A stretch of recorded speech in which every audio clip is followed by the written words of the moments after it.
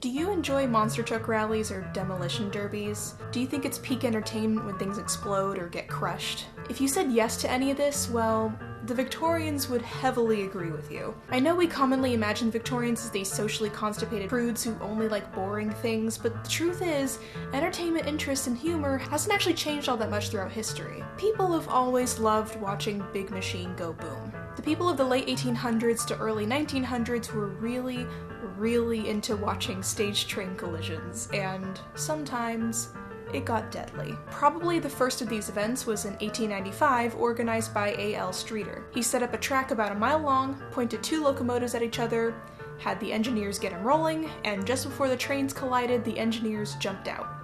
Spectators in the crowd paid about $2 per ticket, which is $63 today.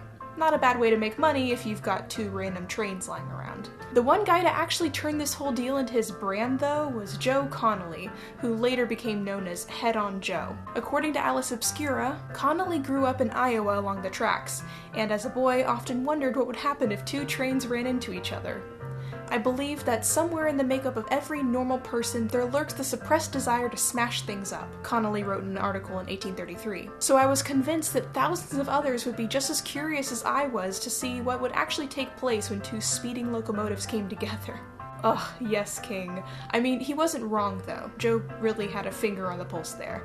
He teamed up with locomotive engineer J.H. Bancroft to make his first crash safe, and approached the Des Moines State Fair Board about it. After some rough negotiation, they agreed. Boy, this guy just wanted to crash trains so bad. On September 9th, 1896, about 5,000 people paid 50 cents per ticket to sit in the stands, and thousands more stood outside a fence to watch. The wreck went smoothly, and Connolly went on to stage more collisions across the US for the next few decades. He kept upping the ante too, sometimes attaching dynamite to the trains or putting hot coals in the train cars so they would burst into flames upon collision. Truly, Head-On Joe was an artiste. Many train collision organizers had little gimmicks, like, for example, painting things on the trains so each train would represent opposing political figures or causes, and spectators would scream and root for their team. One of the last wrecks in 1932 had Roosevelt and Hoover painted on the trains. Train collisions weren't just about people wanting to see a duel of the iron monsters, though. There were a few sociological factors that went into this as well. These shows came up in a time when the railroads had become a dominant force of American life. In 1893, an economic depression took a huge hit to many railroad companies, and they were looking for ways to improve their future outlook. A lot of that had to do with trying to generate more ticket sales, and convincing people that the railroad companies are not their enemies. As I discussed briefly in my video on LA's novelty architecture, many railroad companies generated ticket sales by heavily advertising a healthier life living on the West Coast in places like Southern California and San Francisco, or touting the various visual wonders of the nature that Western America had to offer. It worked for a lot of people, but still others, especially in the smaller rural towns, couldn't be bought into that fantasy, so the idea of creating train-related spectacles that could get people moving for 1 or 2 days, where they otherwise wouldn't, was kinda genius. Many people in these smaller towns didn't have a lot of access to great entertainment the way that people living in bigger cities did, so the concept of big train crash spectacles in their state was definitely enticing. A lot of people also wanted to see two trains get completely busted because of what they represented, the doom of modernity. Victorian melodrama plays and novels had already ran for a while with the popular image of trains as a tool of villainy, a train about to run over a helpless damsel, a train used as a robbery site or a getaway car for criminals. Railway executives cast as the antagonists, not undeservingly. It wasn't that long ago at this point that the fastest vehicle anyone could possibly use was a horse. The rapid speed of the Industrial Revolution was not only scary and confusing for a lot of people, but also came with a lot of unique new exploitation and pain that no one knew yet quite how to reckon with. And trains ultimately became a singular symbol for this world shift. Out of this came the rise of the sensation drama, an uptick in stories focusing on large, overwhelmingly dramatic events, often with the backdrop of an urban metropolis, the isolation of modernity.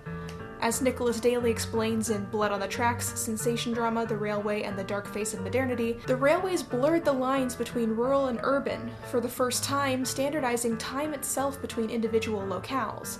The lives of nearly every person in this era intersected at a railway. As such, though people had no choice but to rely on and trust the railways, they were also consumed by anxieties about its safety and morality. So for a lot of people, getting to see two trains destroy each other, rather than people, was a deep-set sort of cathartic desire. That and people legitly just wanted to see Big Machine go boom. As Mike Cox, the author of Train Crash at Crush, Texas, America's Deadliest Publicity Stunt, says, "A person's economic standing didn't seem to have an impact on their appetite for entertainment. If anything, the dismal years of 1893 to 95, actually from 1873 to 1896 the economy was in recession about 50% of the time, had practically made escapism a national pastime. As the economy sagged lower and lower, the need for fairs, carnivals, and other events to figure out creative ways to convince visitors that the ticket price was worth it rocketed sky high, and attractions became more and more daring to justify the price." Of course, all this came to a head during an event that would go down in history for all the wrong reasons. The crash at Crush. On September 15, 1896, over 40,000 people traveled to Waco, Texas, where William George Crush was holding a massive train crash publicity stunt. Crush was a passenger agent for Missouri, Kansas, and Texas railroads, often called the Getty Company, and proposed to the company that he would hold an event on the railway, selling tickets to and from the event site where two steam locomotives would then crash head-on into each other for spectators to witness. The Getty executives were like, "Hell fucking yeah, dude, sounds like the best idea anyone's ever had. Go forth and utterly destroy two perfectly good trains." That summer, Texas newspapers and bulletins heavily advertised the monster crash, and tickets started selling like crazy. The two trains set to be crashed were a green engine called Old Number 999 and a red one called Number 1001. These two trains traveled around the state where they were displayed in various towns to further entice people to come watch, which is a little morbid if you think about it. Come on boys, one last trip before we kill you. Before the event, Katie got a bunch of engineers together to judge the safety of the situation. All of them said it was safe except for one guy who warned that the boilers could explode. So obviously everyone ignored him. The event was set up about 14 miles north at Waco in a small valley, and tracks for the collision were laid down as a midway carnival for spectators was organized.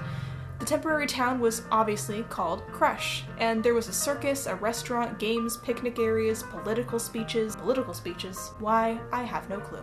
I guess people thought those were fun back then. Crush assumed the event would have about 20,000 people, but it pulled in twice that number in the end. Finally, it was time for the big crash. 999 and 1001 started off at opposite ends of the 4-mile track, and then started speeding towards each other about 50 miles per hour. As the Texas Handbook Online very poetically says, Crush appeared riding a white horse and trotted to the center of the track. He raised his white hat, and after a pause, whipped it sharply down. A great cheer went up from the crowd as they pressed forward for a better view. The locomotives jumped forward, and with whistles shrieking, roared towards each other. And then, in a thunderous, grinding crash, the trains collided. And when they hit each other, you'll never guess what happened. All that steel's gotta go somewhere, baby. And unfortunately, it went into some of the spectators. Yeah, these things absolutely blasted off. The boilers exploded, sending broken steel soaring through the air like shrapnels. 3 spectators were killed, and 6 more seriously injured, which is actually not as bad as it could have been with 40,000 people there, but 3 dead people is still 3 too many dead people.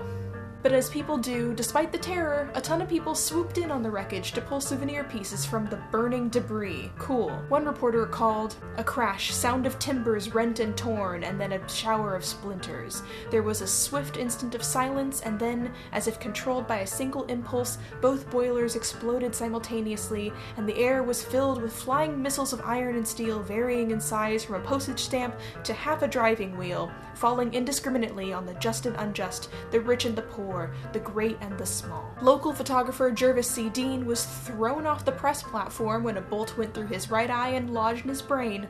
Somehow he lived, and later took out ads in the local papers that said, "Having gotten all the loose screws and other hardware out of my head, I am now ready for all photographic business." Good for him. A Civil War veteran who attended even said it was more terrifying than the Battle of Gettysburg. Slowly people filed out, and by nighttime, Crush, Texas was gone, as fast as it came. Crush got fired by Katie, but was immediately rehired the next day. The company paid off the damages claims pretty quickly, and despite the disaster, the event was actually a huge success. Local humorist Alex Sweet joked that the next event would be a pre-arranged, scheduled meeting between a waterspout and a tornado. And ragtime legend Scott Joplin composed the hit Great Crush Collision March, which actually goes hard as hell, I'm not gonna lie. These spectacles continued to be popular for the next 20 years in one way or another, but by the 30s, in the midst of the Great Depression, it just seemed unsensible and wasteful to be destroying all these working trains for fun, even though some of them weren't even working. They were gonna go to the scrapyard anyway. Connolly did his own final collision in 1932 at the Iowa State Fair. After the collision was over, Connolly said, "Well, that's that," and walked away. So long, King. Of course, a couple staged collisions happened after that, like the one for the movie Denver and the Rio Grande, but not really anything like the public carnival events that had used to be so prevalent and popular. So train collisions became mostly a thing of the past, but humanity's inherent desire to see big machines get utterly wrecked definitely didn't. I hope you all enjoyed this video. A bit shorter than I usually do, but it's because I'm working on a couple longer things that I hope you'll like. Until then, you still need to wash thy hands, wear thy mask, and go read my very good webcomic. It's called Cunning Fire. You can read it on cunningfire.com, on Tapas, or online webtoon.